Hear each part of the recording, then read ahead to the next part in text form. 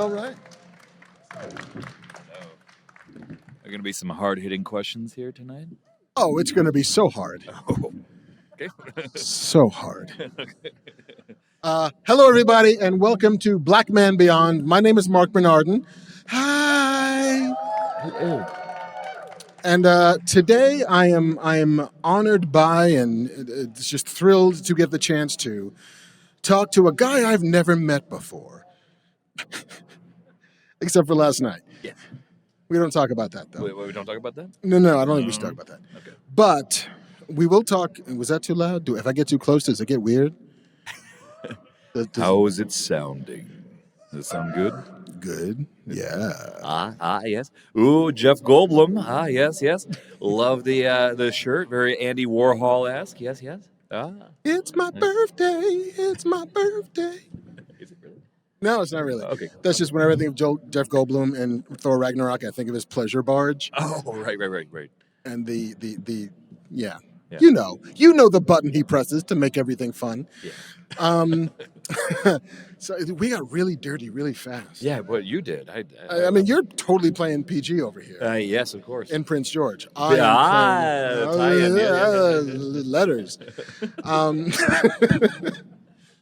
I love a podcast that begins frightfully off the rails from the jump. Yeah.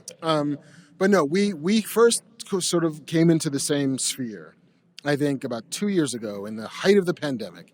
I had started, out of a fit of kind of futility and feeling useless and somewhat bereft of purpose, I started this charity initiative called the Plague Nerdalogs, which was I had a bunch of friends who were actors who could not do the thing that they do, which is perform. And I'm nerd, and they're all nerds, and we all love nerd stuff. And there are certain passages and speeches and monologues in the nerd content that we all love. And I was like, what if some of these actors could perform these things? And I had inspired a bit by the BBC had done a bit, I think it was for like Shakespeare's 300th birthday or whatever it was. Oh, wow. They did a bunch of Shakespeare's soliloquies, and they would get like Chiwetel Ejiofor and Damian Lewis and like the finest British actors at work to do, Hamlet and King Lear and I think the one that I think Damian Lewis's was from Julius Caesar, which is beautiful. It's gorgeous. But it's just them, like in a camera, and just down the barrel, just doing performance. And I was like, yeah. It's like, but what if we did that for like nerd stuff? Yeah. What if we could get somebody to do a great speech from Planet of the Apes, or from Game of Thrones, or from Superman, or from the Marvel Universe, whatever it was. Just find the things that we all kind of loved, and reach out to some actor friends. They're like, yeah, sure. I'm not doing anything. I've been self-taping auditions, so I got a camera and I got a backdrop, and I'll just lean into it. And, we did it 2 cycles. We did one for No Kid Hungry to raise money for, especially in the Los Angeles area, kids who could not go to school. And there were lots of kids who would count on the food that they would get at school because they just didn't have the money at home to feed 3 meals a day. And then Black Lives Matter broke out in the middle of the pandemic. And suddenly it became like, oh, well, let's raise some money for that. And we started a second wave of sort of a bunch of new people and cast members, and the Illuminati showed up to do this for us. The craziest one was reaching out to Lin-Manuel Miranda. Oh, you did? And him being like, yeah, okay, what should I do? And I sent him the list of all the monologues. He's like, I want to do Commander Adama from Battlestar Galactica. And I was like, shut up. And like the next day, it shows up in my inbox. It's like, how was that? Is that cool? I was like, shut up. But we had gotten into contact. I don't even remember who connected us, but Phil Lamar, maybe, or was it? Could have been Phil Lamar. Yeah. It could have been Kari. I think Kari Payton. Okay, yeah. It might have been Kari, actually. Had done one. Yeah. And then you reached out, but I think we had already gone live with the second wave, and so it was, if there's going to be a third wave, can I do one? And I was like, yes, for sure.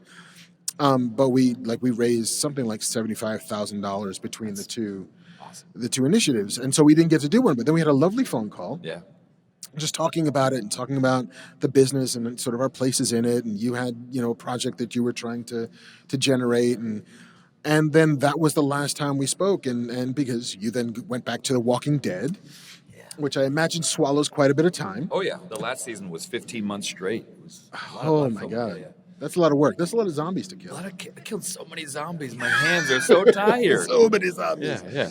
And then when Norm Coyne, who runs this whole thing, related to the Flaming Lips, Right up there. There he is. yeah, Norm! Yeah, boy! there he is. Yo! Oh, you beautiful son of a bitch. He was like, "Do you want to do another Blackman Beyond?" Because last year I had done one with Ming Chen, who is the loveliest man in the world. I'm sure he's somewhere making somebody very happy. I don't know. Did Ming run away to, make a wish come true or something? I'm not sure. But then it was like, well, who's on the list this year? Do you want to do another episode of Blackman Beyond? And I was scrolling down the list like, Ross. Ross is the one I want to talk to. I'm honored. Because the thing that I love about being able to do this is that I, by and large, do it with people who I like but have never really met. And so getting a chance to know a person in front of strangers, friends I haven't met yet, seemed like fun. And as you can see, I have no questions in front of me. I did not come prepared. We are flying on the seat of our pants on a magic carpet ride. Yes.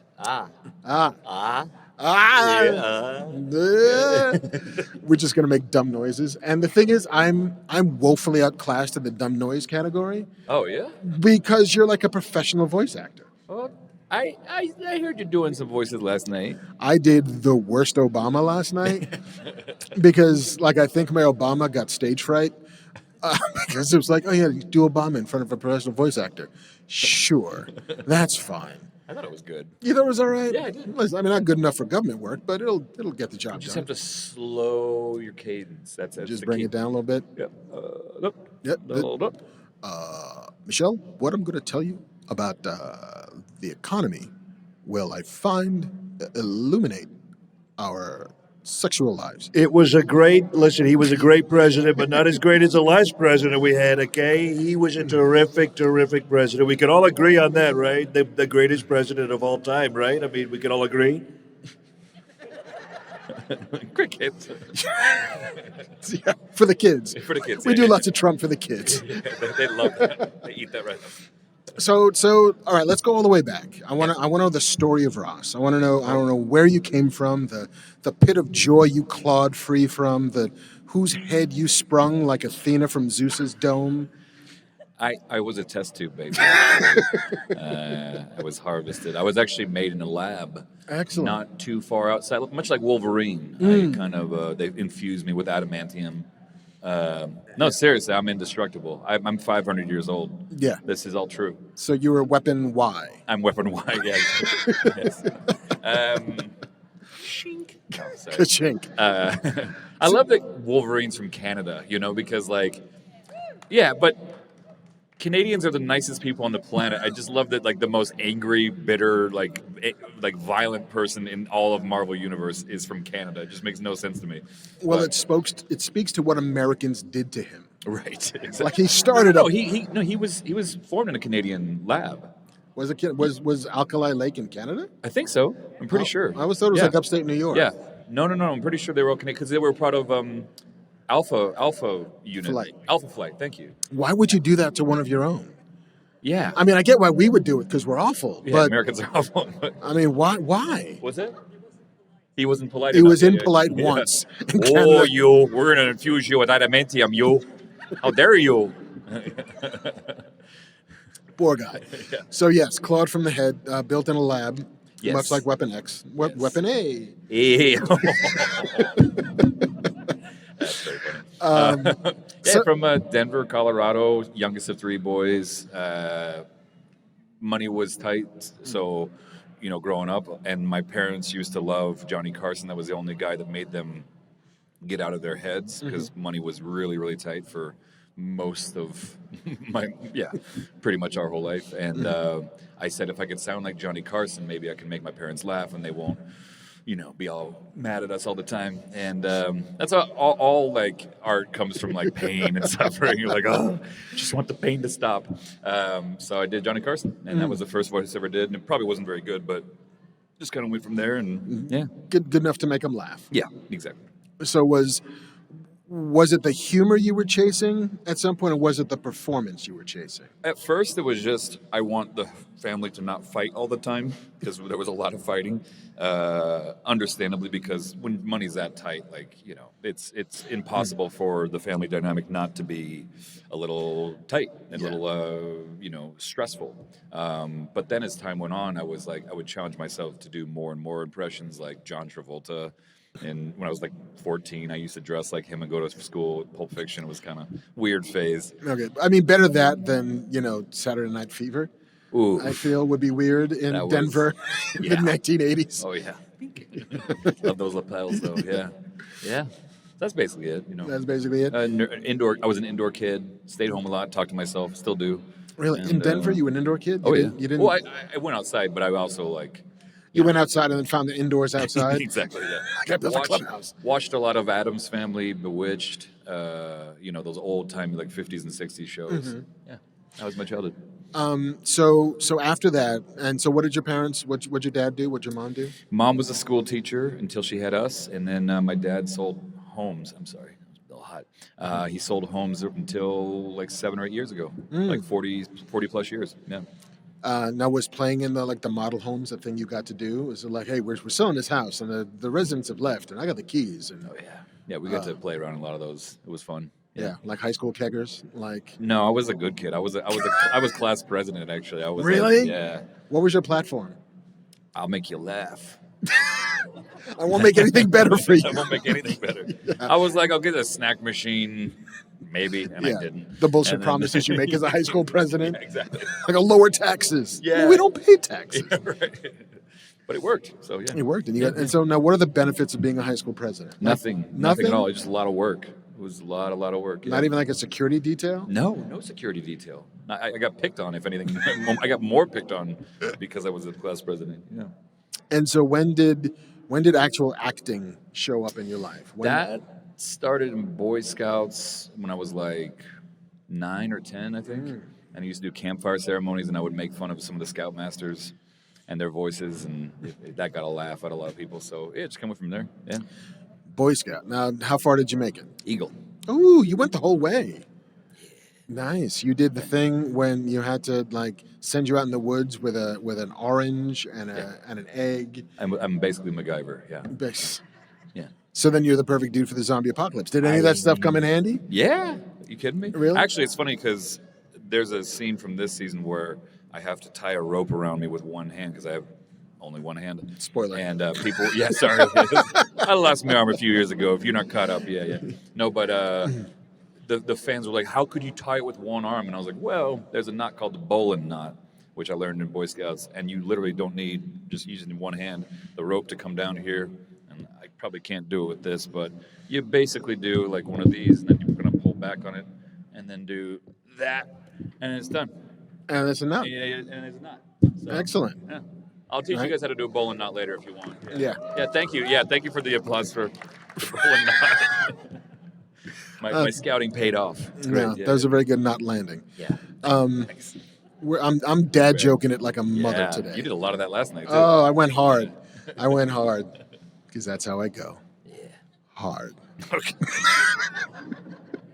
I'm also still crazy tired and was up too late last night and up too early today. So I'm operating on fumes, but they're silly fumes. Yeah. Silly fumes are the best. Silly fumes are the best. Yeah. I was also a Boy Scout. Were you? I was. How far did you go? Not that far. Okay. Because it turned out I went to Boy Scout camp, summer camp one year, and had a great time. But I was also 15 years old and had just discovered my dad's porn stash. Oh. And so showed up at Boy Scout camp. Your dad had a porn stash? He did. He did. Like a mustache? Very Dirk Diggler. Okay. Very just straight up. You just discovered it, and then you were like, "Oh wait, I didn't." Can I have that? Yeah. And no, so I smuggled 3 or 4 Playboy magazines to Boy Scout camp, and they politely asked me to not be a Boy Scout anymore. No way. Yeah. Oh man. Yeah. Wow. I mean, I could have been great. You could have been a contender. I could have been one of the all-time great Boy Scouts. That have put me up on the wall. Yeah. Alas, I'm just now spoken of It's all right, man. If it makes you feel any better, it's done very little for me, except for learning how to tie cool knots. I mean, and I know where moss and lichen grow and what to eat and what not to eat. See? So you don't like mushrooms, though. I don't. I know how to eat wild mushrooms, and you would not eat wild. I mean, he doesn't like mushrooms. I don't. I'm not a fun guy. Hey, finger guns. Oh wow, where'd it go? Okay, so Boy Scouts is when you first kind of like, I hate the term caught the bug, because that is the worst entertainment journalism cliche ever. When did you catch the acting bug? It sounds like a disease. But that was the first time that you like performed in front of people you were not related to. Yes. And felt that charge of, oh damn, this is cool. Yeah, it's a nice feeling when for the longest time I wasn't sure if I wanted to do film and TV or theater acting, because theater acting is much like this. Like there's an immediate reaction. Like I tell a joke and then you guys go, and that's a nice, yeah, thank you. That was a really nice. That was some good walla. Yeah, good walla. Oof, Dish Walla. I love those guys. Great band. But yeah, I think that for me it was always like nice to have that energy that you can feed off of. But for me, I prefer the medium of film and TV to theater in general. Why? I just think you don't have to ask them to go on that journey with you. You can just show them that there's a tank right here, and you can show them that there's this backdrop, because it's you're showing them everything they need to see. With theater, you have to ask the audience to go on this ride with you, and you have to like ask them to use their imagination a lot. And I just feel like film and TV, you don't have to. You can just show them what you want to show them. The buy isn't as high. What's that? The buy isn't quite as high. Yeah. Okay, Yeah. I'll give you that. Yeah. And so, were you a nerd growing up? Was that part of your matrix? Yes. What brand? It's not a deposition. You're like, yes. Okay. Is it okay to say that? Okay. Yeah. Yes. Nerd. Yes, nerd. Yeah. I was a Marvel nerd mostly. Okay. I was first the Star Wars nerd. Still am. Yeah. Read a lot of the fiction, like not the fan fiction, but the Splinter in a Mind's Eye. yeah. Oh. Oh, see. Thrawn, a lot of stuff with Thrawn. I Ooh. love Admiral Thrawn. I think that he's one of the most amazing and underused characters in all the Star Wars universe. And I heard there's potential that he's going to be in the new Boba Fett or new Mandalorian. So I'm Or excited for Ahsoka. There's lots of ways for him to appear. that. Exactly. If y'all don't know about Thrawn, you should look him up. He's kind of a badass. But Do you have a hot 20 minutes on Thrawn? no. It's like, I've got my master's thesis right here. I wrote on Exactly. Thrawn. No, but I used to do like lawn mowing and babysitting, and all the money that I made from that would go to Mile High Comics in Denver, where I'm from, and I would just buy as many comics and comic book cards as I could. I have Marvel Series 1 through 3, Marvel Masterpieces, a little bit of DC, but DC was never as exciting to me as Marvel. I don't know, where you stand on that, but Well, are you oh no. No. I am with you, but my reasons were like, I'm a New Yorker and I'm from New York. And so the idea that the comics that I was reading took place in the same place I was. Like I could go find the intersection in Greenwich Village where the Sanctum Sanctorum is supposed to be. Yeah. I could go to Bleecker Street, right? Bleecker Street. That's right. I could go to like 221 Gray Malkin Lane, which doesn't really exist, but in upstate New York, because I tried to find it. It's not there. What is that? That's the X Mansion. Oh. Charles Xavier School for the Exceptionally Gifted. But like the Baxter Building is somewhere in New York. Like all of those things exist. Hell's Kitchen is real. And so that, for me, like as a kid who grew up in the Bronx and lived in Long Island and lived in Queens, the idea that all of this was real was like, I know that Metropolis is just supposed to be New York, and I know that Gotham is somehow also supposed to be New York, or maybe New Jersey, which is this shittier part of New York. Makes sense. Yeah, it makes sense, but it just didn't ground it for me the way that Marvel did. Like you could get on the subway and maybe see Spider-Man, in a way that you were never going to see Batman.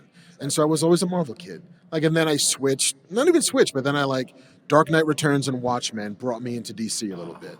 And then like the Longbow Hunters, the Green Arrow stuff, and then Ronin. I became a writer follower. And so it was like Frank Miller I was really a big fan of. And then Neil Gaiman I was a big fan of. And then I would just read everything that those guys did. But I was a Marvel kid at heart. Like I was an X-Men kid and a Spider-Man kid. Who was your favorite X-Man? I think it's easy to say that it was Wolverine because he was everybody's favorite X-Men. I think the most underused X-Men was Storm. I always thought they never did quite enough with her until they did. There was a whole run where Chris Claremont, who wrote, I think, the longest run that anybody's ever had on the X-Men, did a whole stretch where she lost her powers. Oh, wow. And then it was, can the Storm goddess prove her worth in the X-Men without the lightning, without the thunder, without the wind? And there's a great episode where she has to challenge Cyclops for leadership of the X-Men. Whoa. And she doesn't have any powers. And she kicks his ass. Oh, wow. Because Cyclops, I'm not sure if you guys know this, is a punk. And so, he's for sure just a punk. Yeah. And so she just roundly kicks his ass and then takes control of the X-Men. Nice. And so like that kind of stuff I just lived for. But I think if I had to pick one that I loved the most, I think it was Nightcrawler. Nice. You know, like just it's the circus kid, right? It's it's Dumbo. The origin story of Nightcrawler is ultimately Dumbo. As a kid, I gravitated towards Wolverine and Morph. Morph for me was obvious because I was like, oh, I want to be able to turn into different people, you know? It just seemed kind of like a perfect superhero for me. But Wolverine was always, I mean, come on, you can't go wrong with Logan, you know? You can. And also as a short man, I respected Logan quite a bit. Do you know who the original casting was going to be for Wolverine X-Men the 2001 with Hugh Jackman and everything? Do you know who was actually up for that? Do you guys? Yeah, that's exactly right. Glenn Danzig from the Misfits and obviously Danzig. He's like 5'6", 5'7", I think. Perfect, and he just built like a brick shit house. So he's like the dude was perfect for Wolverine. I remember when they cast Hugh Jackman, there was a big fan uproar. Oh yeah, because he was too tall. Yeah, and not Canadian, but. But the person they wanted was Doug Ray Scott, right? Well, Doug Ray Scott shot for a bit. That's right. Like he actually, it was one of those Marty McFly things where they shot like a couple of weeks with him. It's like, it's not right, not working out. Do you guys know what he was talking about for Back to the Future? Yes, that you can see it online that there are scenes from Back to the Future with Eric Stoltz as Marty McFly. But Eric, half the movie they shot. Yeah, they shot it quite a bit. Yeah. But it was just like he was good in it, but everybody realized that he's just not Marty McFly for us. Like he's not the energy they wanted, they couldn't make happen. Doc. They needed that Michael J. Fox vocal fry. Doc. Whoa, you said we're going back to 1955? My God, Doc. What is this, plutonium? Marty, we're gonna get the hell out of here. Oh, Marty! It's amazing how much Christopher Lloyd actually sounds a bit like an unhinged Al Pacino, which is basically Al Pacino. Oh, Marty! Hooah! They're not too dissimilar, that's all I'm saying, Yeah, this is going to be a problem. See, because I'm going to do shitty dad jokes, and he's going to do impressions. Hey. We're unstoppable. Let's go on the road! But no, the fans wanted Bob Hoskins. That was really because I think coming off of Who Framed Roger Rabbit, it was like he's short, he's hairy, he's stocky. That's my Wolverine. But he was too old for that. He was way too old. Yes, he was. Wow. Yeah, Bob Hoskins. Wow, if he had put on some pounds, he would actually been a really good Wolverine. Or a better Puck. Or Puck. I was going to say Puck. Yeah. He'd be a great Puck. Yeah. I bet you Danny DeVito somewhere is like, I could have done it. I'd have been great at this. Would be a good Puck nowadays. I'm trying to think. I hope they do Puck. I hope they do an Alpha Flight movie. I mean, because honestly, that stuff, the origin of Wolverine, they got touched on a little bit in X-Men Origins Wolverine. The best of the Origins movies. Not the greatest, but it was still. I mean, I remember watching that as a kid, being absolutely terrified with Weapon X and that crazy thing he's got on that diaper he's got and all the electrodes stash him, and they finally get the adamantium feed going, and he just turns into this raging monster. The scariest diaper. What's that? That's the scariest diaper. Yeah, it's the scariest diaper. You have a man running at you with claws and a diaper. You want to get out of that guy's way. Trust me. Okay, so Marvel and Star Wars was your entree. Indeed. And Star Trek Next Generation, too. Next Generation. Yeah. Thank you. Nice. And Engage. Yes. That's my Patrick Picard always turns into Matt Berry from What We Do in the Shadows. It's like, yes, of course. Engage, number one. Yes. It's not right at all. But... Jackie Daytona. Yes. By the way, side note: have you guys seen Garth Marenghi's Dark Place? Oh no. It's the funniest thing ever. Actually, Stephen King, I think, says it's his favorite comedy, and I couldn't agree more. It came out in 2004. Stephen King, noted comedy aficionado. He's actually a big comedy fan. Stephen King's like a huge comedy guy, and he has good taste because, Garth Marenghi's Dark Place. It's on YouTube. Trust me, it's the funniest thing you'll ever watch. Yeah. You give me blank stares, but when you watch it tonight, you're going to be like, he was right. Yeah. He was right. Like, yeah. And tomorrow they'll come by. It's like, Ross, Yeah. Dark Place. Dark Place. Yeah, exactly. I got you. Garth Marenghi's Dark Place. Okay. All right. And none of you are writing this down, so I'm very upset with you. Okay. Yeah, you are. Thank you. Thank you. Nice. There nice. it is. Thank you. Have you ever met Stephen King? No. Is he cool? I met him once. Okay. I was working at Entertainment Weekly at the time. Oh yeah, Dalton Ross says hi. Dalton Ross, the sweetest, lankiest guy I've ever met. Yep. He's a lovely man. But yeah, I was working at Entertainment Weekly. I was the DVD editor, and I was in my office watching the first season of Battlestar Galactica, which had just got on DVD. I'm just sitting there in my office, and I look over, and Stephen King is standing in my doorway, and had been for like 5 minutes. What? Watching Battlestar over my shoulder. And then I go, "Hey, Stephen King, what are you doing in my office?" He's like, "Oh," because he was writing a column for the magazine at the time. Wow. So he made his like annual visit to the staff to make him feel like, honestly, it was him going to his publisher in New York from Maine, and then he would take a detour to EW and just hang out and nerd out. And he's like, "Hell of a show, isn't it?" And I was like, "Yeah, Stephen King, this is pretty awesome." I can only refer to him by both names because it got weird. And then he just sat there for another 10 minutes, and then he went on his way. And I was like, wow. Stephen King is kind of cool. Yeah.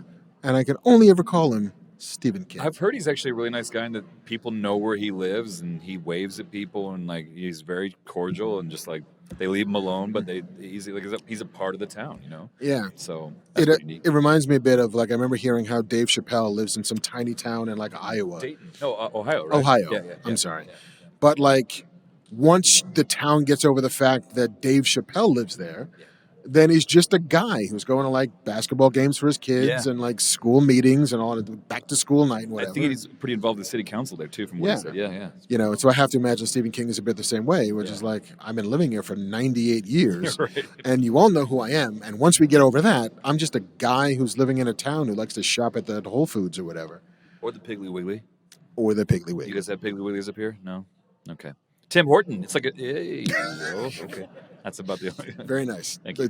That's very Spinal Be Tap. here all weekend. To ingratiate yourself to the crowd. Exactly. Hello, Cleveland!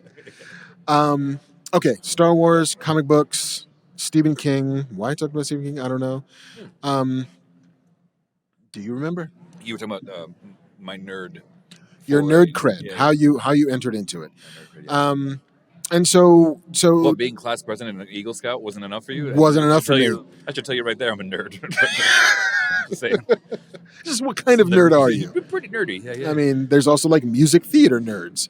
Yeah, I was that for a while too. Oh, nice. Yeah, okay. Yeah, nice. what's your favorite musical? Favorite musical, because I don't really like musicals, hot take. As a general rule, I don't really love music. I love opera, but I don't love musicals. But I like musicals that make fun of themselves, like Urinetown or Avenue Q. Love Avenue Q. Thank you for that. I heard Hamilton's amazing. I haven't seen it, though. It's quite astonishing. Really? Yeah, I recommend it. Okay. I'm not going to watch it. I mean, but it's on like Disney Plus at this point. Yeah. I'll just rewatch Loki. I'm good. I'm already rewatching Loki for the third time. I'm like, God, I can't get enough of this show.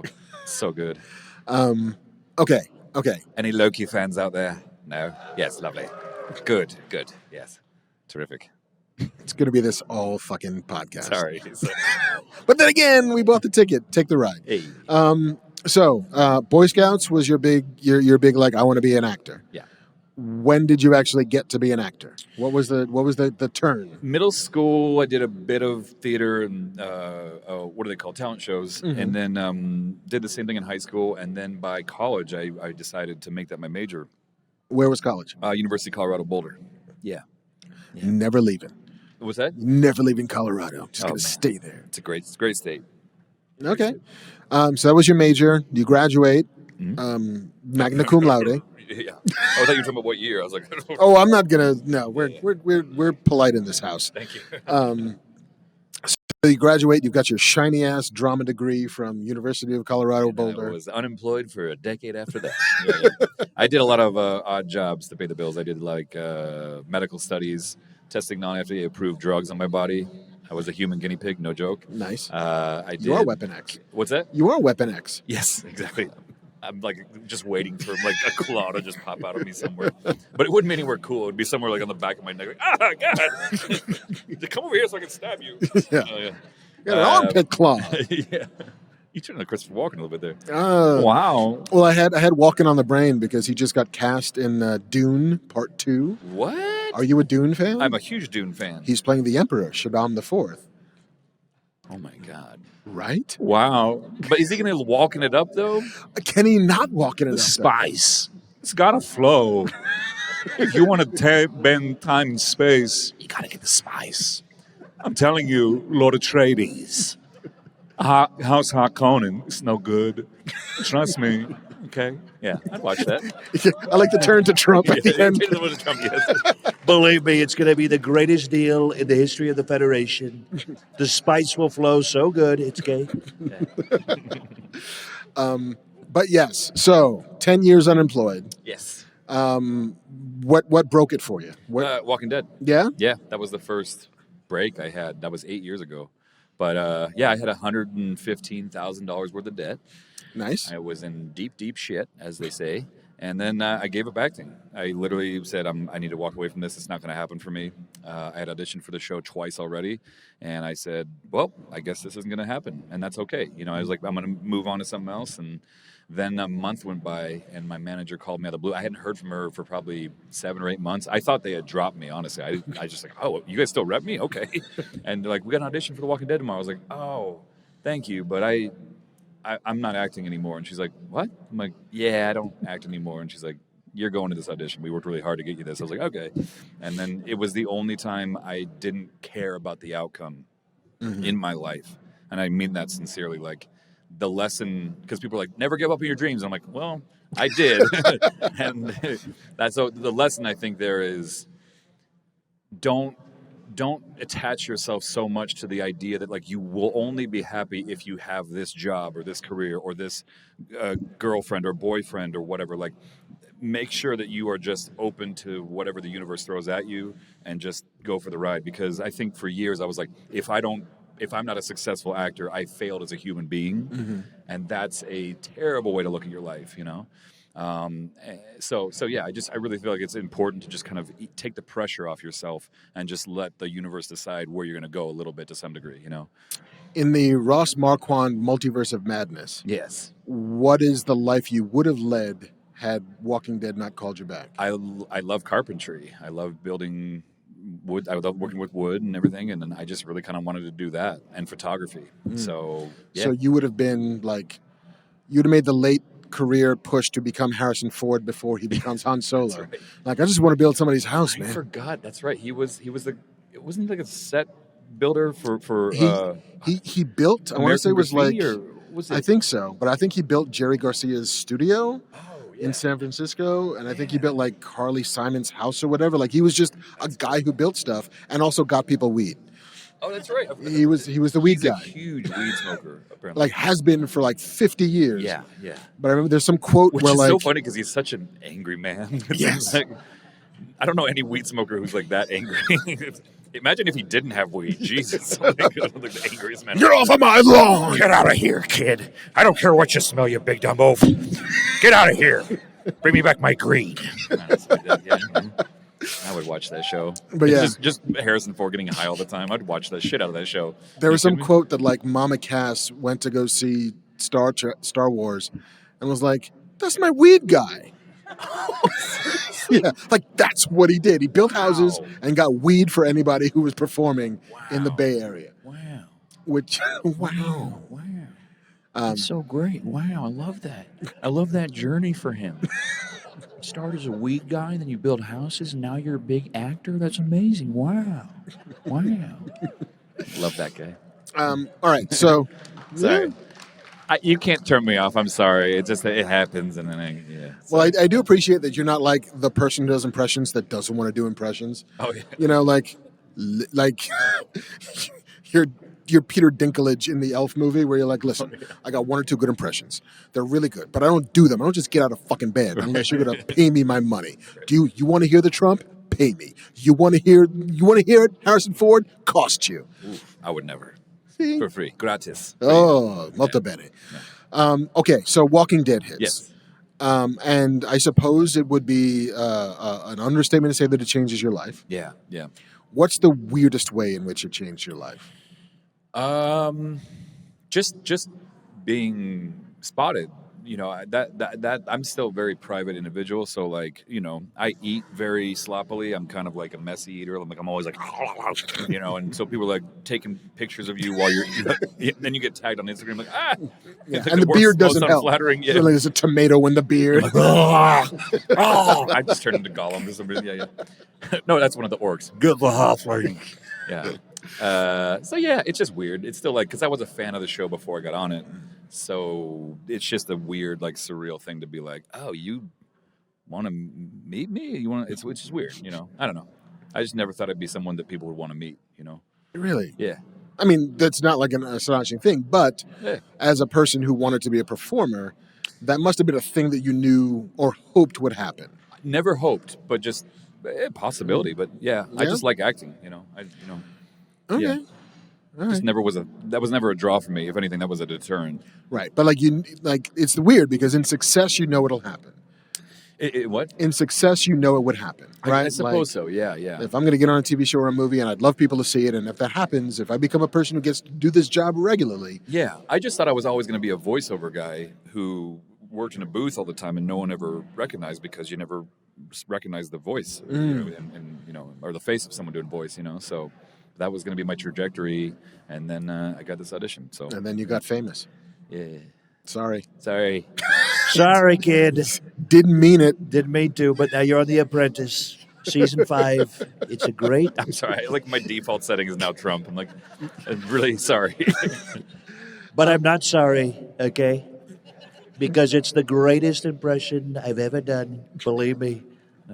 It's the belief. Believe. The swallowing the L there.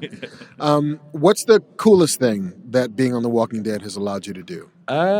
Well, stuff like this, honestly. I mean, I've gotten a chance to go to Brazil, Japan, Lithuania, Prince George, and honestly, it's a neat thing to go all over the world and meet people, because I like nerding out about this stuff as much as anyone else. So for me, it's a joy. I love it. You know, I really That's do. awesome. During the pandemic, it sucked not being able to do these. You know, it really sucked. Very much so. Yeah. So Because that's the thing about nerds, right? Like, we want to be able to talk to other nerds about the thing that we love. yeah. And if you can't do that, then you die. We inside. die. We lose our purpose. We lose our purpose. All right, we're gonna prep for some Q&A. If anybody has Yeah, any yeah. questions for either of us, I do just want to take a second to acknowledge the passing of somebody who I discovered today, the great Fred Ward. No. Yeah, know that. he of Tremors, of a thousand different things. Cast a Deadly Spell was the first time I saw him. This amazing HBO movie.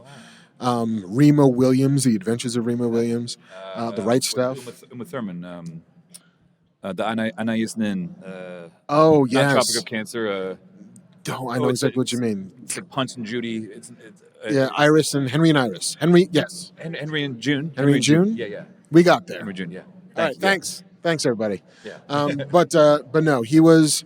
It's funny. I saw a tweet today that said that Fred Ward walked so that John Bernthal could run. Oh, that's a great. Wow. Like, That's because, I never.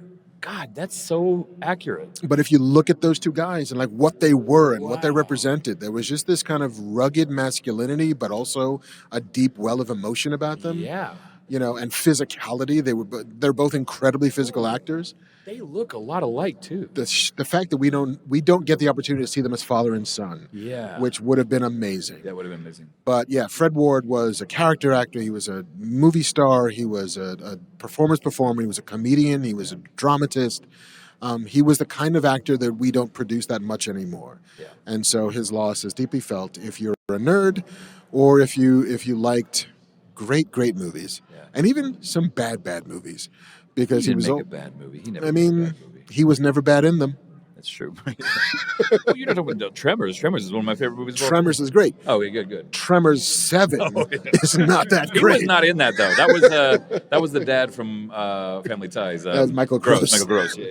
Yeah, but then I think they brought him back for like the Generations Collide. It was the Generations Did they really? of Tremors movies, where it's know like that. the OG showed up and then the new crew the was walking there. one with it's like the chicken wing. It was Tremors, the new batch. Yeah, the new batch. Yeah.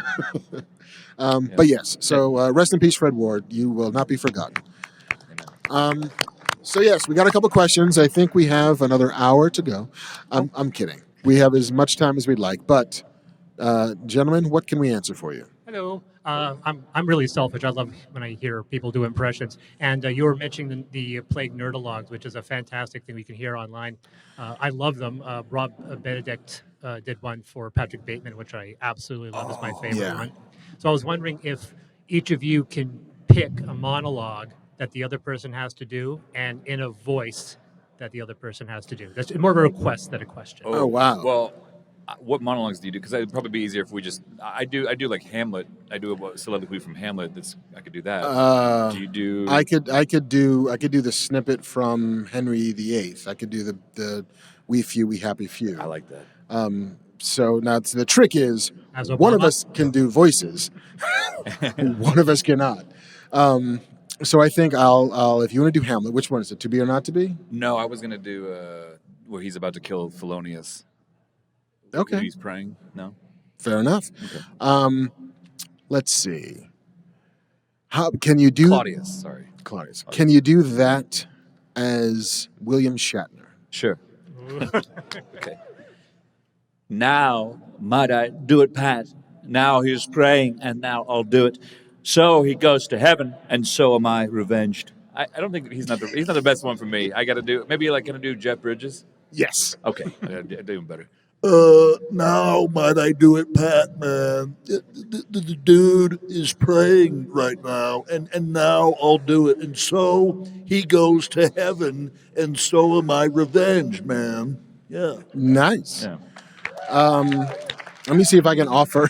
What do you got? Because you can ask, like, I'd like you to do that as Ruth Buzzy. I'm like, I don't have a good Ruth Buzzy. I have a shitty Ruth Buzzy. Let's see. I can try it as Denzel. We'll see if we can get Denzel to happen. All right. We few, we happy few, we band of brothers. For he today who bleeds with me shall be my brother. Yeah. Is that all right? Like it. Good. I got there. Nice. Very nice.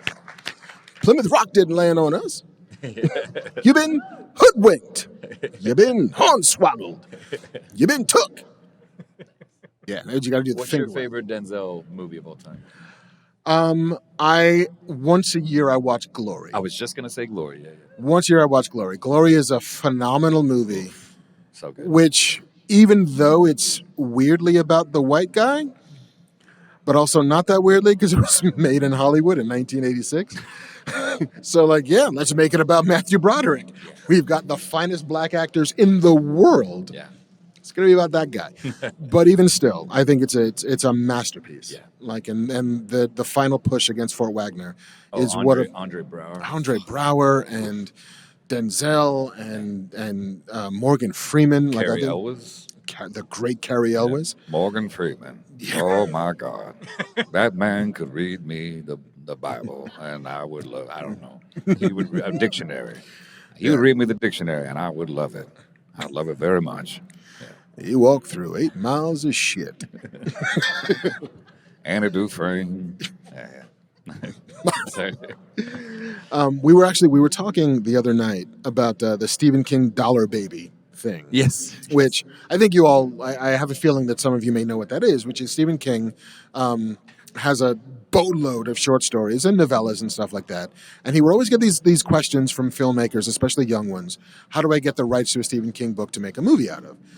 And if you were a student filmmaker or a young filmmaker, an indie filmmaker, he would give you the rights to a novel or a short story for $1, provided that you don't intend to make any money off of that short film. You can enter in festivals, you could screen it for free, you can go to schools or whatever, but you couldn't make a dime off of it. If you did, then you have to actually buy the rights. Like if some studio wants to buy it, then you enter the actual agreement. Well, let's talk to my agent. It's going to cost you X. But Frank Darabont got on Stephen King's radar by making a Dollar Baby. Really? By making a tiny short, which then encouraged Stephen to let him do Shawshank, which then led to Green Mile, and then a few years later leads to The Walking Dead. Wow. But that was his path. Wow. I don't know why I decided to tell Esther. I guess because we're talking about Andy Dufresne. My friend Andy Dufresne. He was the whitest man I've ever seen in my life. His skin was translucent. I've never seen anything like it. Could see right through the man. He's like powder. Remember that movie? Sean Patrick Flannery? Anyway. Okay, so I think, did we satisfy your question? Yes, you did. Thank you. And also, I'll throw a shout out because a Dollar Baby project was shot here locally, The Doctor's Case. That's right. Which was spearheaded by our own Norm Coyne. Exactly. Once again, love for the rafters. Huzzah! Thanks, guys. You got it, man. Thank you. Hello, sir. Hello. Hello. Another Fred Ward role that doesn't get appreciated enough is Miami Blues. He plays the stranger Ranger Danger in that one. Oh, yeah. Oh, nice. But no, a question for one for each of you. Ross, what did your theater background put into your actor's toolkit for when it is time to, act for television and film versus the live stage, as you mentioned? And then, well, So how did that prepare me for filming? yeah, like what did that live environment put into your toolkit as an actor and a performer? I think the best thing was just the work ethic of it all, because I will say you can kind of tell theater actors from film and TV actors pretty quickly. Like Andy Lincoln, who played Rick, he had that ethic of just like, no, we are classically trained actors. We are going to show up first thing, work our asses off. He didn't drop character ever. The only time I heard him drop character was my second day of shooting on the show, where he had to punch me in the face, and 25 takes in a row, no problem. He missed my nose by this much. On the last take, he fully clocked me in the nose, and he got like the whole nose. And I'm telling you, like I dropped on the ground like this, and he went from being like, yeah, you all right, yeah, to like, oh my God, I'm so sorry, mate, you're all right. And I was like, Andy Lincoln, but like it was. I got you. Like, hey, I just got punched by Rick Grimes. That's cool, yeah. But no, like, just the most professional, kindest man. If you ever get a chance to meet Andrew Lincoln, he's the best person, period. But I think that kind of like discipline, work ethic, that all informs it. I don't think the thing I had to learn was getting smaller, because film and TV, the camera's right here. You don't have to play to the stands or whatever. So it's actually I had to unlearn a lot of stuff, because I was always like, hello, how are you, sir? Yeah, so you up there? Can you hear me? And I just turn into Matt Berry every time I do a theater guy, I guess. So, yeah. And I'm okay with that. Yes, Shakespeare, best writer ever.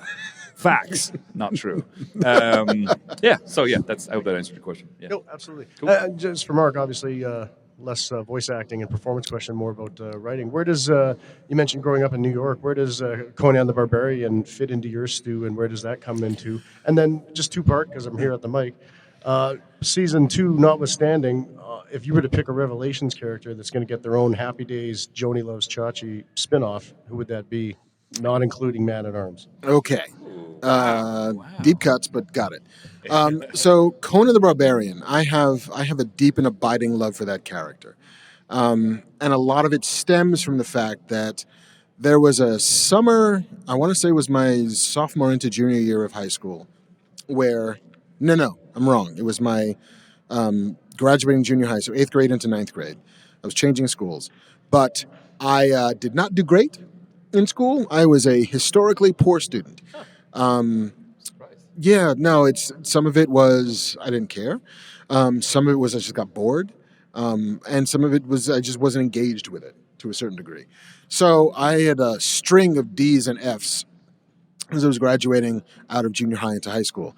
And so then I took it upon myself to be the first 13-year-old master forger and attempted to, with a ballpoint pen, turn those F's into A's and those D's into B's. I would add a little extra bump in there. And like bring it home to get my parents to sign so I could then take it back to school and then erase the adjustments I made, because the big innovation in whatever this was, 1986, was erasable pens. Yep. Needless to say, I was not the 13-year-old master criminal that I thought I was, and I got busted. And the punishment for that flagrant disregard of the rules was I could not leave my room for the summer.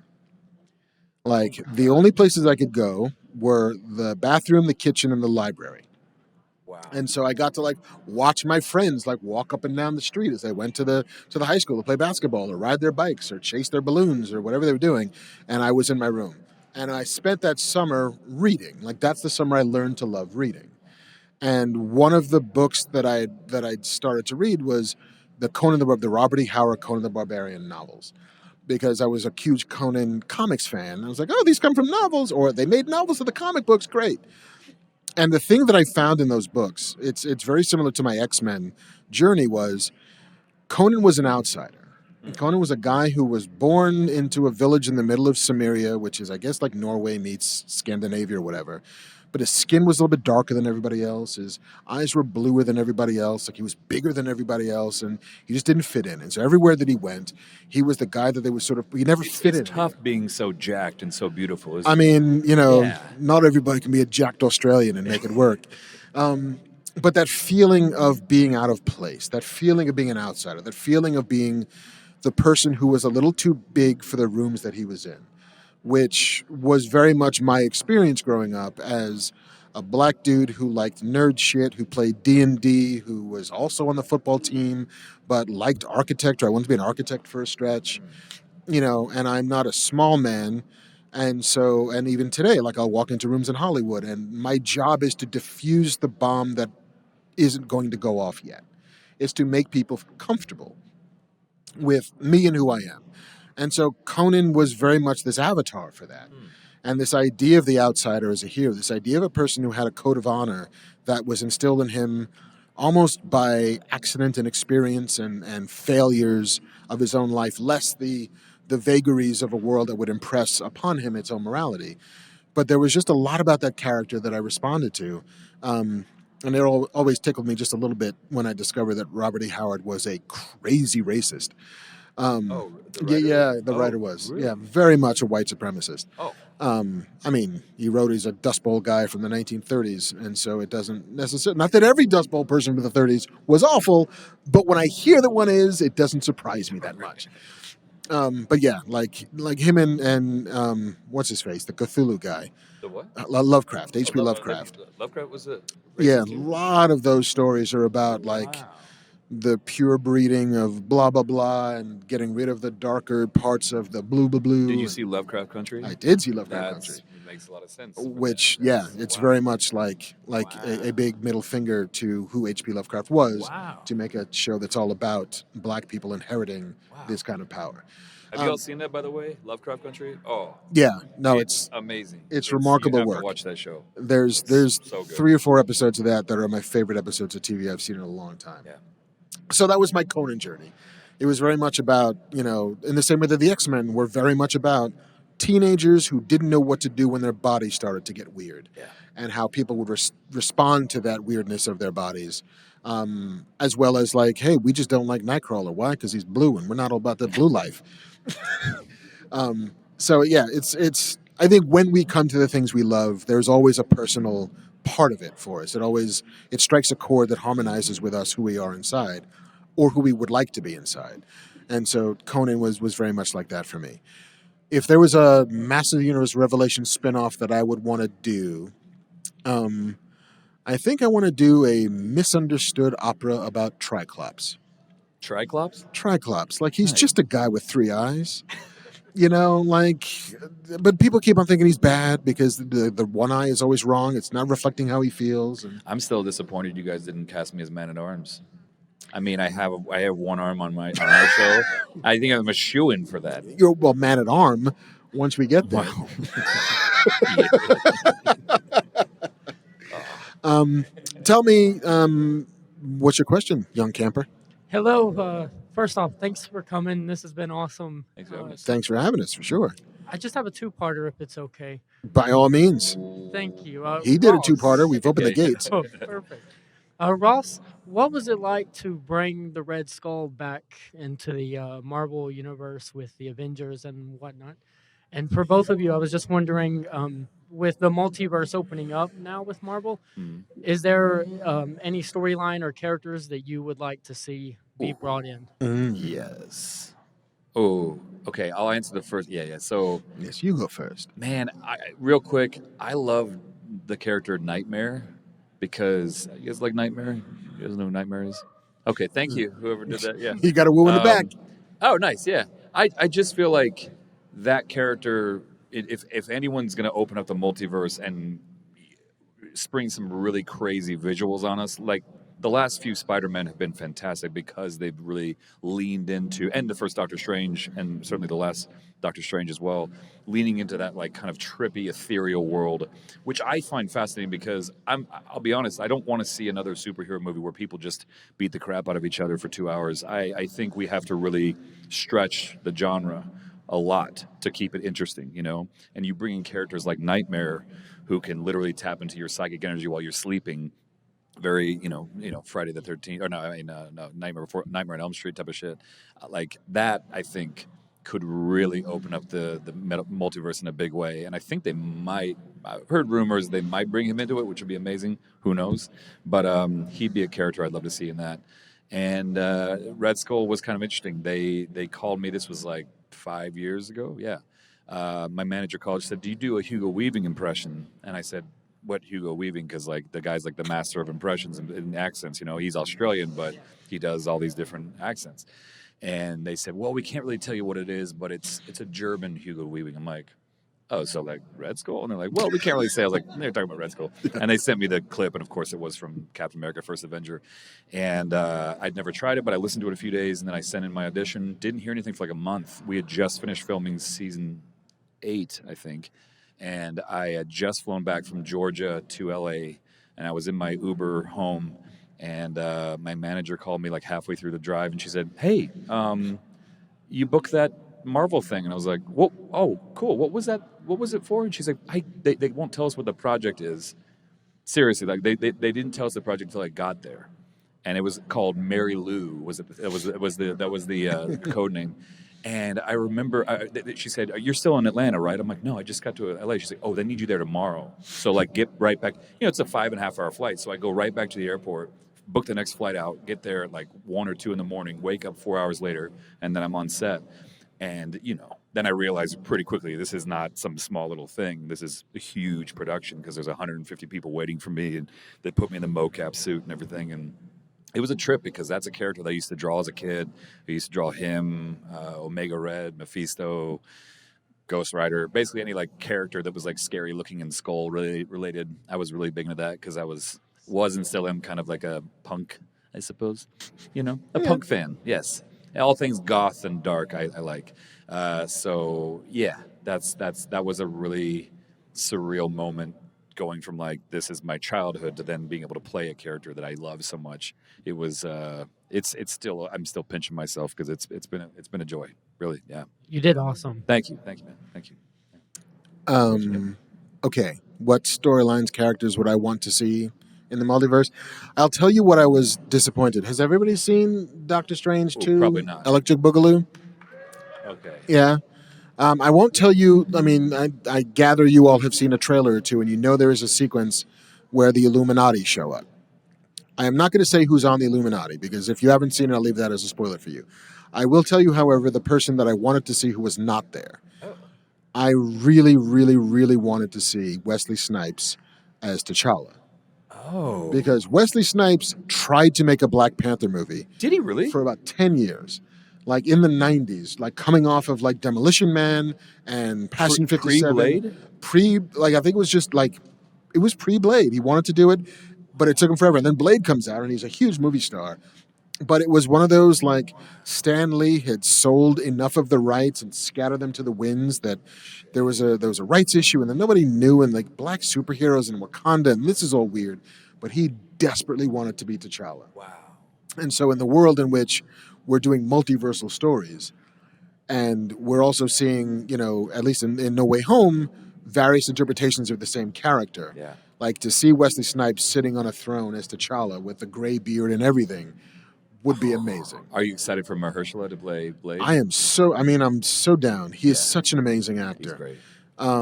He's going to be and I love that we're now in this sort of horror zone. Yeah. With Marvel, that they're just digging deep, like Moon Knight and Doctor Strange, and I would love to see a Ghost Rider, another version of Ghost Rider. Thank you, but do it right though. Do it right. Like, get into it. I don't necessarily need Nicolas Cage pissing fire. As cool as that is, don't get me wrong. Like Nicolas Cage pissing fire is. I'm going to steal the Declaration of Independence and piss on it. Okay. Take my face off. Why didn't he do that in the movie? That was a perfect opportunity for him to go. My face just came off, and that was a skull. Okay. I remember. I didn't be funny. I remember reading this quote from the guys who did Spider-Man Into the Spider-Verse.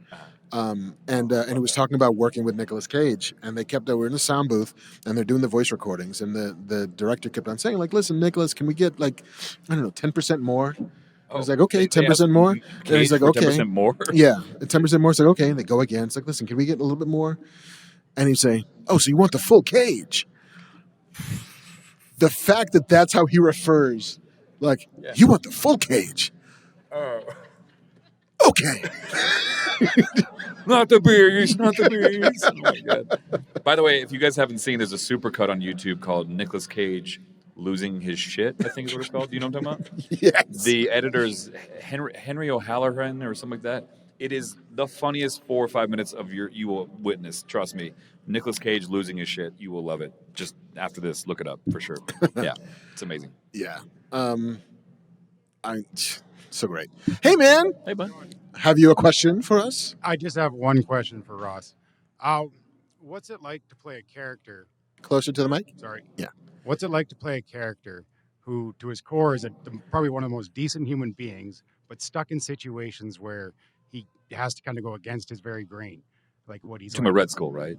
No, I'm not. He's a good guy. Yeah. It's funny because I think the first few seasons on Walking Dead, I was getting a bit frustrated because he was too nice for his own good, and every community he interacted with, even Rick and the gang from the beginning, just beat him up.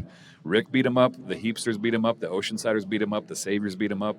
Every single group the Whispers, every single group he interacts with, they're just like, this guy's too nice. We got to beat the crap out of him, And I feel like by season 8, I was really, reaching out to the writers and saying, hey, you gotta let this guy fight back a little bit, because right now it's just kind of silly that he's that nice given everything going on, and I need to know that this guy's gonna get a little bit darker, and they took that note and they really went with it, which I'm so grateful for, because otherwise I think it would have been a very one-note character, but they really let me lean into the dark Aaron, or as Chris Hardwick says, the Darren, which I tried to get that trending on Twitter. Didn't happen, but No, I'm sorry. Sorry. Oh, one day Darren will be the other Darren. The other Darren. Yeah, exactly.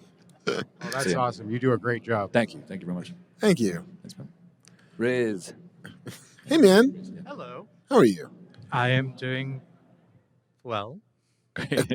That seemed guarded. I'm doing Well, checking. Well, what can we do for you, sir? I have questions. Well, then, by all means. Answers, yes. All right. So, one question for Mark and one for Ross. So, Mark, so we're talking about multiverses and recurring characters. Since I asked you earlier about Star Trek Picard, we were all pleasantly surprised to see Will Wheaton come back onto Star Trek in general, and it was such a well-guarded secret that it just kind of blew us all by the wayside. How did the idea of bringing him back and presenting him as a traveler come about? If I remember correctly, I remember being in the writer's room just talking. It was very early on in the process and just blue skying, which is my favorite part of writing, which is here's 5 or 6 or 7 people all engaged to create this season of television. But before we're even talking about episodes, before we're talking about scenes, before we're getting granular about it, it's what could happen? What could we do? What could this be? And I think there was always the idea of bringing back, members of the original Next Generation cast. I mean, it is ultimately Picard is as a television show is. I'm not going to say it's purely nostalgic because, absolutely Patrick Stewart is one of our finest actors and you can 100% give new adventures for a character like that and have them resonate, have them mean a lot. But there's also the people who came to him first in Next Generation or Gurney Halleck in Dune. But so the idea of being able to use some of those past characters and those past stories to inform the present story was it was baked into the season. And then it was like, well, we saw Deanna and we saw Riker in season 1. We knew that Beverly was going to play a bit of a role in season 2, given it was all going to be about love. It's going to be about Jean-Luc's incapacity to connect, to commit to other people. Then what of his past can we use? What touchstones have we not been able to overturn from Next Generation? And the idea of Will Wheaton, of Wesley Crusher. Will Wheaton. As a traveler, I was like, well, when did we last see him? Well, we last saw him just vanishing into the stars as a new member of this cosmic race or whatever. It always just kind of like it was one of those cards on the index cards on the board, whatever, you get it. Cards on the board that was always kind of exciting, of like, we don't know what we're going to do with it yet, but wouldn't it be cool if we could bring back Wesley Crusher? There's some portion of these, I think you find it a lot in Star Wars at this point, Star Wars TV, where it seems as if it's a reclamation project for the prequels in a way. In the, we know you didn't love these things, but I think they're cool. And let me show you why I think they're cool. Let me show you how they were better than potentially you don't remember or recognize at the time. And so the idea of leaning deep into the Clone Wars and bringing Ahsoka back and bringing Boba Fett back and bringing suddenly the idea that, like, it's at one point Darth Maul was going to be the bad guy of Kenobi, but that's not happening. But there was a season where Darth Maul, keep going. No, keep going, was going to be the bad guy, and then I think that there had been a slight change in course, and then it became Vader's the bad guy, the Inquisitors, and all that. But the idea that the prequels are not as bad as we might have thought they were, and to be fair, there's an entire generation of kids who are now adults for whom that was their Star Wars. And that is not a thing to be taken lightly, which is when you come to this is when it's yours. And I came to Star Wars as an 8-year-old kid, coming to A New Hope for the first time. Some people the correct way. The correct way. Yes. There are some kids who came to it in the 90s with the prequels. The incorrect way. There are some people who came to it with the sequels. Also the incorrect way. We don't speak of that. Yes. The ruling has been handed down. But each of those are valid for those people, and their emotional bond and commitment to those characters is not insignificant. So the idea of bringing Anakin Skywalker back, of bringing Hayden Christensen back as Vader, as that character. Oh, is that happening? Yeah. What? Where have you been? What? Huh? Is this just for Kenobi? For Kenobi? Yeah. I didn't know that. I watched the trailer and everything. I'm sorry. You were supposed to be the chosen one, Anakin. Yeah, they haven't. You must be mindful of the Force. Yes. My favorite though is I have the high ground, which is like you can do backflips and you can literally levitate. I mean, it's kind of ridiculous. Yes. I love when he chops his legs off and he's like, "Well, you're fucked." And then he just keeps clawing at him. Well, I have to go now. You're a total prick. Yes. Like, I'm going to pick up this Tried lightsaber. to save your life, but you're an absolute nunce. Yes. Don't mind me. I'm just going to grab this lightsaber. Not even going to polish it off. 30 years from now, give it to your son and not tell him you killed like 40 kids with it. Ooh. Yes. This was your father's, his murder weapon. How many children died with this? My favorite. I watched the Attack of the Clones in Germany when it first came out. I was visiting an ex, and that's just happened to be when it came out, and it was called Angriff der Konglika. Everything sounds more badass in German, but it was all in subtitles. But I remember that scene where the sand, where Anakin's like, "I hate sand. It gets everywhere." It's just like, I killed them all, the women and the children too. It's just the most emo delivery, and I was like, that to me, I was like, I will never forget that scene for as long as I live. Where I was sitting, having a beer and an ice cream at this German movie. I was like, this is such a moment. It's amazing. Like I'll never forget that scene as long as I live. It's just so good. Neither will most of us. Yeah, that's true. Yes. Indeed. Yeah. But all of that is to say that there's always a part of, especially legacy genre media, where people come to it at different parts of their lives and they attach themselves to different places of it. I remember hearing that Will Wheaton was not that big a fan of his experience playing Wesley Crusher. Really? Yeah, because I think some of it Will is... Wheaton? What? Will Wheaton? Will Wheaton? I mean, Surprised. he was a teenager, going through all the things that a teenager goes through, playing a character that nobody in Star Trek fandom seemed to like. Because I liked Wesley. I was down with Wesley, because Wesley was supposed to be every 15-year-old watching Star Trek for the first time. Yeah. Except that he also got into lots of trouble that kept on causing them to all right, I guess we'll go take the ship to save Wesley again. With Ashley Judd. With Ashley Judd. Hubba hubba. So yeah, the idea of let's make Wesley Crusher integral to the story and make us love him again and make us sort of reevaluate who that character was and see where he is on his own journey of living and developing and seeing the universe in ways that our characters never could. That was always the thing that was just on the wall. And so the fact that we actually did get to sort of dovetail around and finish that story off a little bit was really kind of lovely. And I can't wait for season 3, because season 3, I am not in that room, so I don't know exactly what they're doing. But the fact that they got almost the entire Next Generation cast back is yes, please. Oh, they got them all.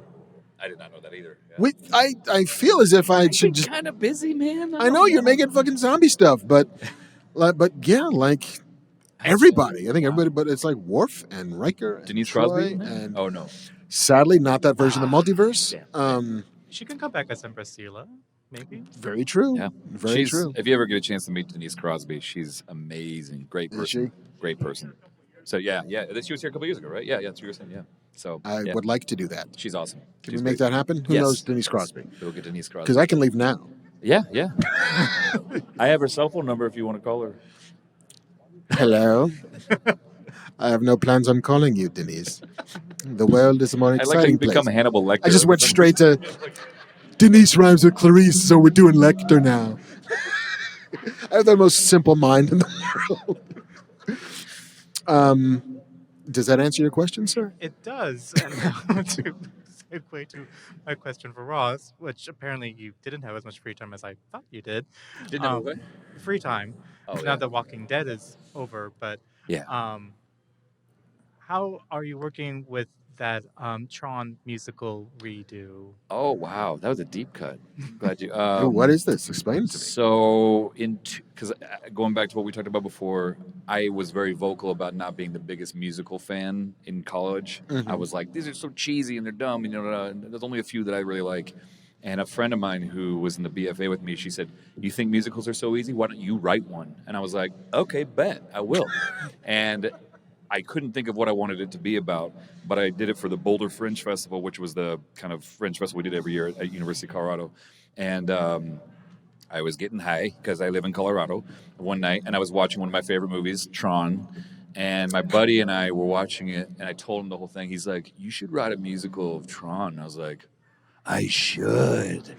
And I did. And to this day, my by far greatest achievement. Doesn't matter what I do for the rest of my life, writing Tron the musical with 8 original songs, fully rehearsed with black lights, and I made the costumes with my friend Brittany, and we put all this fluorescent tape and paint on there, and it looked like miniature golf in the 90s was all fluorescent. It was like that, but all black light everywhere. It was amazing. So cosmic bowling, but for Tron. Precisely, yeah. Excellent. Yeah.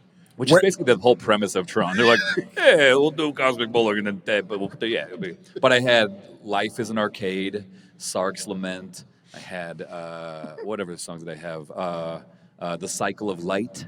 I had all these yeah, I know. Wow. Yeah, thank you for that. Is there an album that I can download? There's a DVD I have of it at home.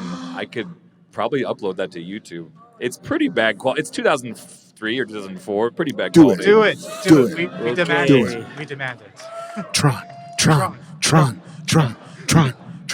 Wow, this is like my dream come true. Honestly. Like I've always wanted. No. I just directed and wrote it. I wasn't in it, so I put my musical theater friends in that because I don't know how to sing. But yeah, but I'm going to sing later apparently karaoke tonight. Well, but then you should do a Tron song. Yes. I'm sure they'll know how to play it. I am the master control program. Yeah. Oh, that was kind of a Devo. See, I was going. That was nice. I was going Devo. Yeah. Very nice. Thank you. We like to Thank you, ruin Riz. things. We want control. What's your Of the favorite program. Devo song? It's easy to say whip it. Incorrect. The best Devo song of all time is "Girl You Want," and if you slow it down on YouTube to 75%, which is a fun thing. I don't know if you know you can do this. You can slow down or speed up the speed of a video. Slow it down to 75%, it becomes a whole new song. Ooh. And it's real good. It's like jazzy, funky version. It's good. Is it like slowing down Jolene? Have you never heard? No. Oh my God, it's amazing because suddenly it becomes like this Johnny Cash song. Oh. Where because it's not like we're covering it. It's Dolly's voice just like pitch shifted and slowed down. Shit. And then it's like Jolene, Jolene, Jolene, Jolene. Yeah, it's like echoey and evocative, and you should do that. Also, Dolly Parton is maybe the best American songwriter. But one of the best people, period. Yeah. She's done so much for the world. She's amazing. There was this podcast, I will plug another podcast on this podcast, called Dolly Parton's America, which just sort of investigates what it means to be American through the prism of Dolly Parton. And it's phenomenal. It's like 8 episodes long. But they have this whole segment about how the fact that like she wrote Jolene and like I Will Always Love You in like a day. Yeah. Like those 2 songs in the same day is astonishing. And she wrote like 3,000 songs over the course of her career. Cocaine's a hell of a drug. What can I say? Tennessee whiskey. But yeah, like she just seems to be the most remarkable person. Yeah. So yeah, I don't know why, but it seems like a relatively decent place to end a podcast at a Comic Con. What is your favorite Devo song? I'm sorry. It was gonna be Whip It because I'm so fucking basic. Like One of the best music videos of all time. I'm an MTV kid, and that was my way into music videos, and that was my way into Devo. Was if you have a problem, you must whip it. Maybe I'll come to Rockyoke tonight and do a song that requires no singing. I'll be back up for you. Would you? Yeah. You must whip it. You must whip it. Into shape. Shape it up. Get straight. Move for it. Move ahead. Try to detach it. It's not too late. For you to whip it. Whip it good. Ladies and gentlemen, thank you so much for coming out to Blackman Beyond, guest starring Ross Marquand. Thank you so much. I'm Marc Bernardin. We will see you next year. Same fat time, same black place. Smodcast.com or youtube.com/Kevin Smith. Good night, everybody. Good night. Good night. High five in a million angels. Let's just sit here. Yeah, we're not going to leave. We're just going to sit here and make it weird. No, you go. No, you go first. That was my experience.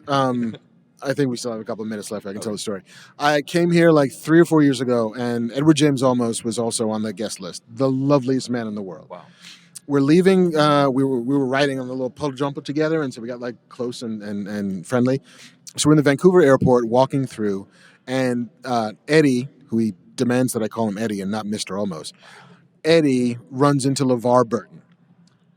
And they know each other because they would, right?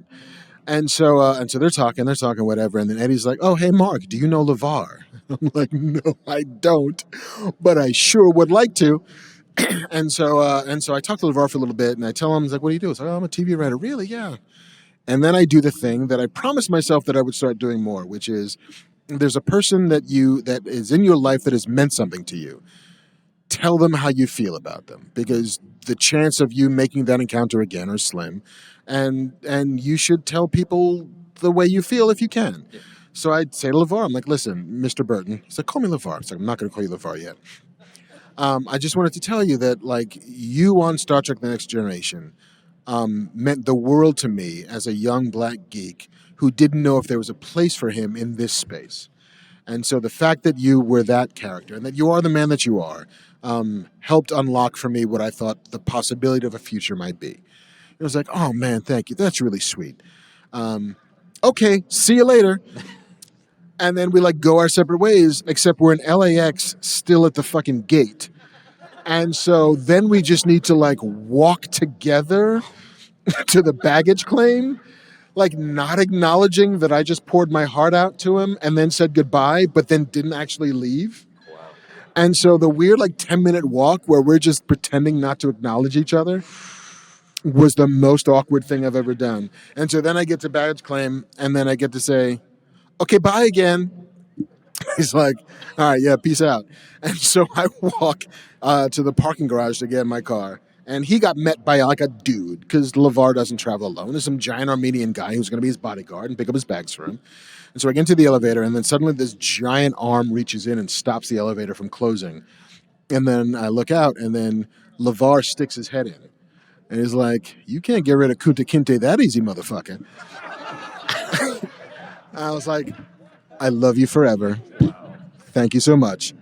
That is my LeVar story about just being a little awkward when you could leave but don't.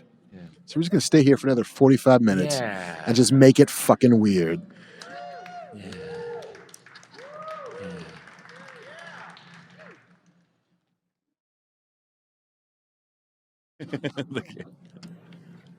Do you guys like Shrek?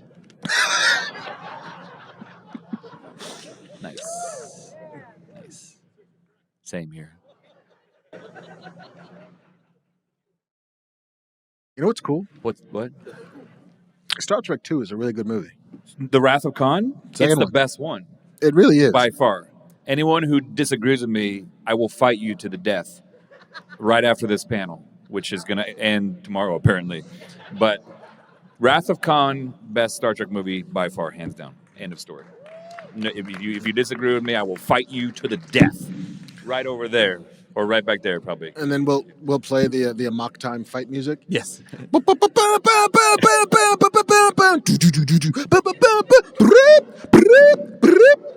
Can I ask you real quick? Yeah. What is your favorite Star Trek Next Generation episode? It can't be one of the Borg ones. It's not one of the Borg ones. Okay. And it's not going to be Yesterday's Enterprise, which is easy to do because it's phenomenal. Inner Light. Inner Light, if you're not familiar, for the bonus segment of this episode, which has had 2 bonus segments already. It's the episode in which the Enterprise stumbles across some probe in deep space, and of course, the Enterprise scans it because they're just nosy that way. And the scan activates the probe, which somehow plants something in Picard's mind. Like Picard's standing there on the bridge, what's this? And then he passes out. And then we spend the entire episode in Picard's mind, where he lives an entire life on this planet where, like, at first he spends the first couple of years trying to get out, then he's resigned that, like, I guess I'm never going to leave, and then he gets married and has a son and, helps, like, there's some catastrophe that's happening, some solar whatever the fuck, it's an environmental disaster, and he is a scientist that's going to help fix it, but then learns that he can't fix it, and so what he's trying to do is just create some sort of way for everybody to know that this civilization existed at all. And so he builds a probe to send it out with the totality of this culture's sort of emotional history and their memories and all of that stuff distilled down into this probe so that somebody out there in the world could know they existed. And that's the probe that they found with the Enterprise. Right. And so this entire experience was Picard living an entire life, loving, losing people, having a son, all of it that never really existed. And so the episode ends with him waking up and being like, oh, that was so fucking weird. It's like, and, health scan, everything's fine. And then it's like, can you carry on? It's like, yes, number one, I'm fine. Until he goes back into his quarters, and then you see him pull out this little, like, penny flute or whatever, and plays this musical theme that he'd been playing throughout the episode. It's the most beautiful episode of Star Trek. It is... It's everything that show could be. It's hope and it's wonder and it's science fiction and it's amazing.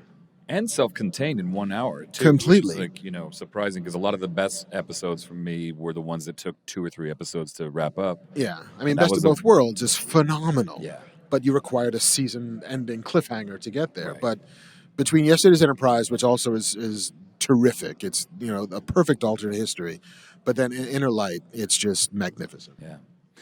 I don't know the name of it, but the one where they somehow get this video game that it's like a thing that goes over their eye and their ear. I think it's the game.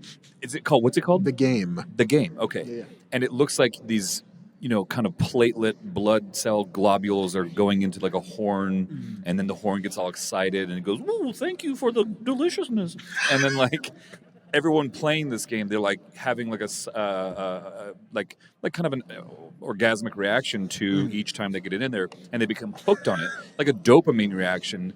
And I, even as a kid, I was 7 or when I was watching it, whenever I was like, this is, I think, going to be important someday. I feel like this is where we're headed. And then it's like, think about like Instagram and all that. I'm like, we are fully living that. That episode is the most prophetic episode of the entire run of that show. And if you get a chance, watch the game. It's on Netflix, I would imagine. Yeah, and or Paramount Plus. Yeah. Yeah, and I remember that was like a Ryza episode where it starts where like Riker is fucking around on Ryza as he was wont to do. And then like, some hot chick gave him the game and is like, I'm going to bring this back to the Enterprise. That's right. Because I'm the worst. Have you guys seen the hypercut of Riker sitting down? Oh. Do you guys know? Oh, okay. So the Riker, do it. Do the Riker. This is the funniest thing. And no one, unless someone points it out, you don't know it. But every time Riker would come into a scene, oh, yes, of course. And he would come every time. That's how, and even the dismount, he would come onto the chair like this, and then he would dismount in every single scene. I'm not even kidding you. It's the weirdest thing. Once you see it, you can't unsee it. Yeah, it's like he had to make sure that his balls gently grazed the top of every chair. Yeah. Like, not like, I'm going to bang them hard because that's my kink. It's just like, I want to just make sure that they knew I was here. Yeah, I suppose. Yeah. But if you get a chance, watch the hypercut because it's one of the funniest things you'll ever see. There's also a supercut of Patrick Stewart doing the shirt tug. Oh, yeah. But like every 8th time, the insignia would pop off. And so it was just like, doink, doink. And somebody added the doink sound effect. So you just watch all of these bloopers of suddenly just, like literally sitting in a scene with 8 other people at a conference table. It's like, well, number 1, we have a plan. Doink! And then the little thing would skitter across the top of the table. Oh, Next Generation, we do love you so. Good stuff. The best. The best. The very best. The greatest TV show in the history of TV shows. Everybody knows that. Except for The Apprentice. All right, boys and girls, we're going to go for real. Yeah. Thank you so much for coming out and playing with us. Enjoy the rest of your con.